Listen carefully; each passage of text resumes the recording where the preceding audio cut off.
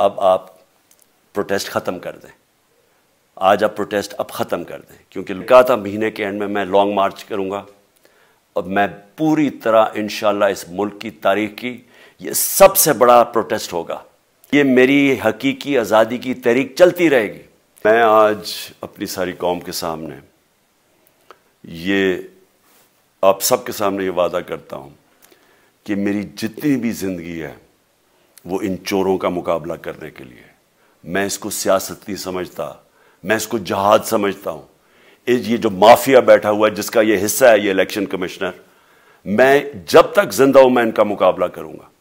मैं अपने सारे आज जो प्रोटेस्टर्स बैठे हैं, मैं आप सबको आज पहले तो शुक्रिया अदा करता हूँ।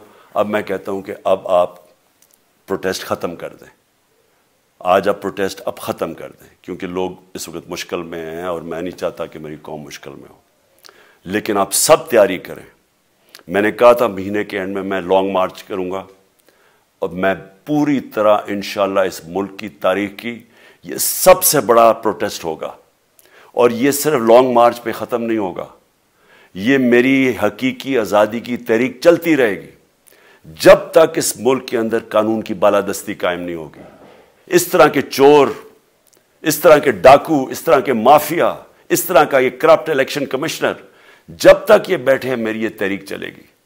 और मैं अपनी सारी कौम को आज कह रहा हूं कि ये मुल्क एक फैसला कुन मोड़ पे है।